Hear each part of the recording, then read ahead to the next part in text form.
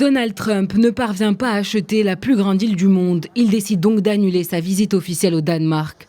Depuis quelques jours, le président américain porte de l'intérêt pour l'acquisition du Groenland, un immense territoire autonome, riche en ressources minérales, mais rattaché au Danemark. Pour cela, Washington a présenté la nouvelle comme une importante transaction immobilière bénéfique aux deux parties.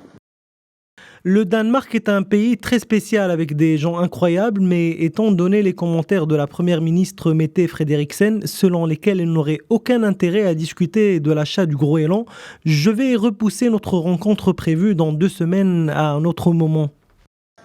Prévue le 2 et 3 septembre, cette visite n'était pas liée à l'intention de l'administration Trump d'acquérir le Groenland. Face à cette annonce, la scène politique danoise s'est vue stupéfaite.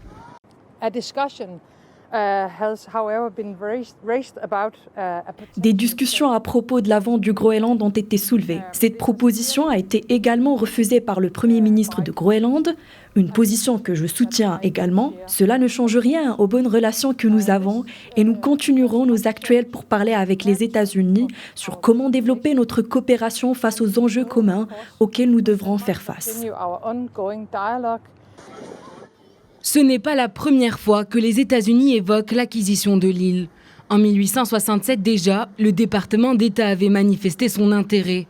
Ensuite, c'est sous le mandat du président Truman en 1946 que les États-Unis avaient offert en échange de l'île 100 millions de dollars de l'époque et des territoires en Alaska.